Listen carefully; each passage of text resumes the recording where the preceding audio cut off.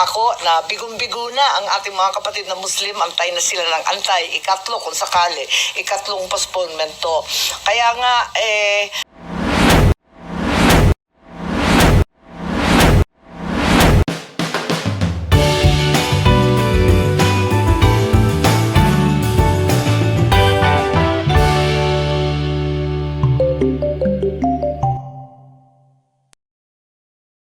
una sa lahat, nalilito po ako dito sa paiba-iba na pahayag ng ating administrasyon tungkol sa barangay elections. At dahil dito, kinumbid ako si Vice Chair Iqbal na sumama sa atin. The administration has been flip-flopping so much in the barangay term bill that it's becoming highly suspicious, at least to me. The Senate passed the bill on third reading noong January 14 pa. Shortly thereafter, I received word that the administration would prefer a 6-year term for the next election in 2029, June. True enough, the House of Representatives passed on second reading January 27 a bill setting the term of barangay and SK officials to 6 years and moving it to December 2025.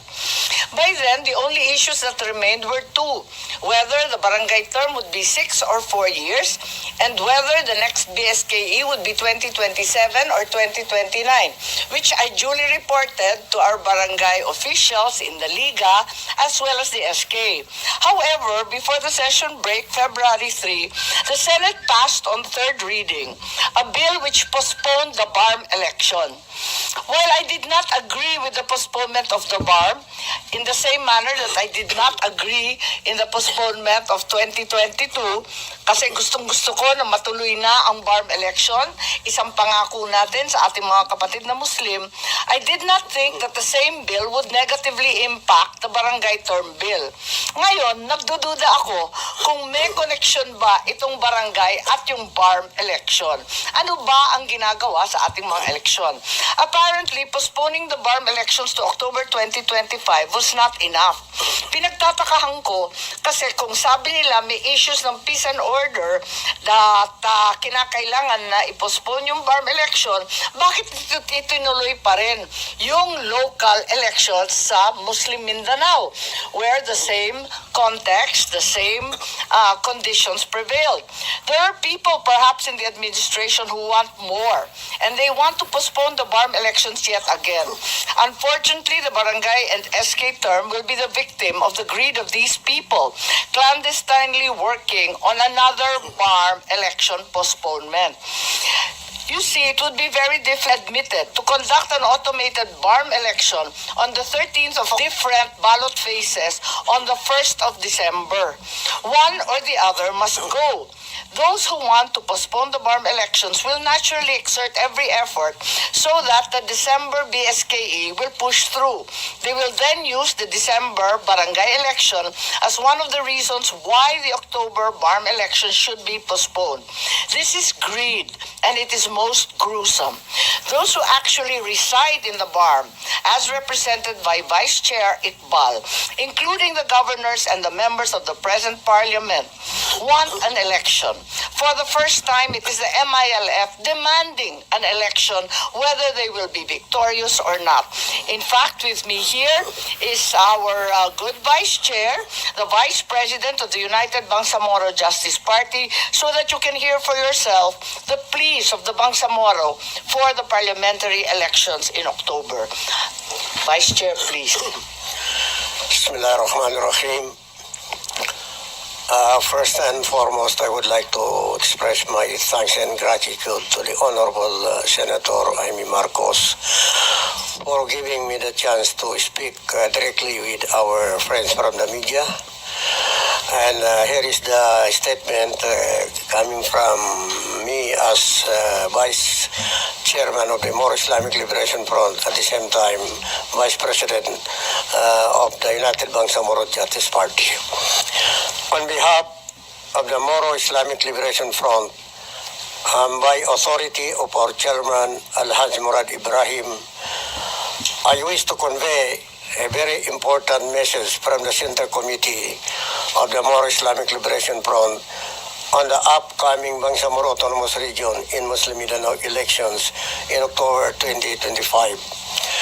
We call on the Philippine government, both houses of Congress, the Commission on Elections, and all concerned stakeholders to respect and follow the schedule and timeline set by law for the upcoming first parliamentary election on October 13, 2025.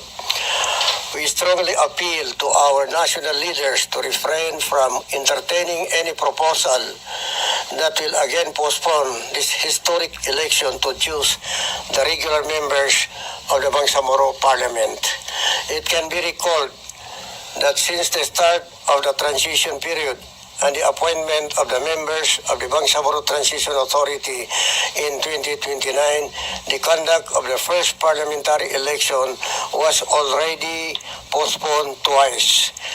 The first extension was granted during the term of President Rodrigo Duterte through Republic Act 11593, which moved the first parliamentary election from May 2022 to May 2025.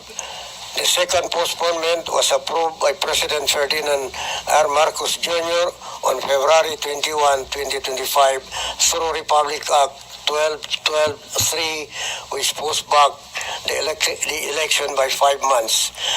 MILF recognizes the need to establish a democratically elected members of parliament so the BARMM will be able to transition to a fully functioning and empowered autonomous government whose leaders are democratically elected with legal mandate from the Bangsamoro electorates. At this point in time, while there is no pending bill filed in Congress, yet seeking for another postponement of the October 13, 2025, the MILF is very much concerned over reports reaching us that there is again another move to postpone the parliamentary election to 2028. We reiterate our appeal to the Senate and the House of Representatives to assure the Bangsamoro people that the first parliamentary election will push through as scheduled and there will be no further delay nor extension or postponement. This is the essence of democracy, and the MILF is ready to seek legal mandate through the sovereign will of the Bangsamoro people in a clean, fair, honest, and credible election. The MILF, through the United Bangsamoro Justice Party, is ready to submit to this democratic electoral exercise, and we are willing to accept its outcome even if we lose or win. Peace in the Bangsamoro is precious but fragile. It is obtained through the long and arduous journey of negotiations that led to the creation of the Bangsamoro Autonomous Region in Muslim Mindanao. Let us not waste the gains we had made. Thank you very much. Sir, confirm yun na may another move to postpone the incoming BARMM election? Kasi sino daw po nag-initiate?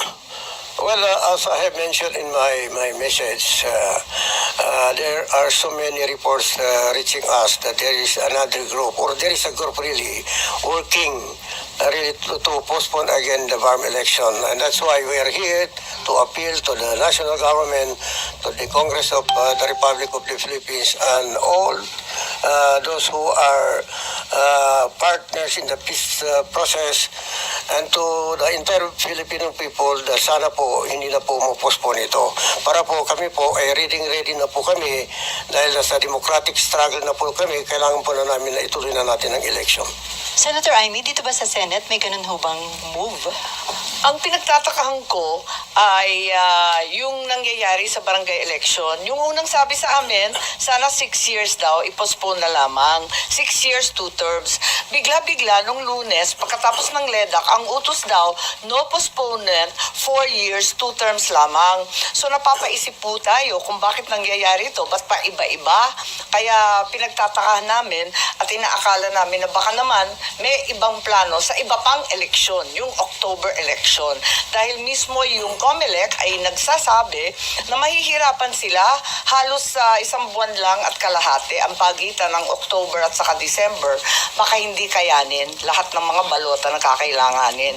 Kaya, eto nga, yung problema ko, yung pala, may BARMM election at may balak yata na mag-postpone.